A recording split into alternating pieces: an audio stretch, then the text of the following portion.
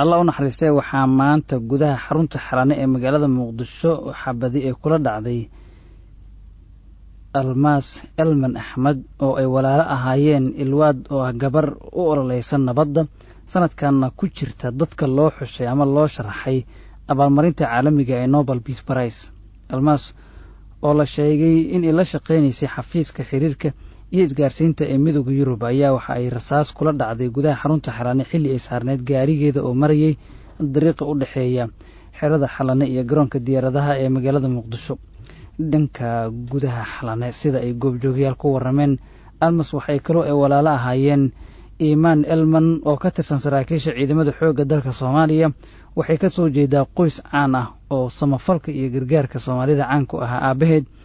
oo Elman Ahmed la yiraahdo oo caan ku ah halku dhigyo badan oo Soomaalida gudaheeda hadda aad looga hadalhayo welina la xasuusto waxa la dilay 1996 sagaalkii bishii March waxaana dilay koox hubeysan oo magaalada Muqdisho ayaa lagu dilay halku dhigyada aabaheed iyo qoyskeedaba lagu xasuusto waxa kamid ah inuu aabahe mar yiri qoriga dhig qalinka qaado. waxa sidoo kale dadka Soomaaliyeed ee qoyskaas yaqaan ay sheegayaan in ahaayeen qoys Soomaalida iyo adduunka oo dhan aad looga yaqaano. waxaan ka wareystay oo iga sheekeeyay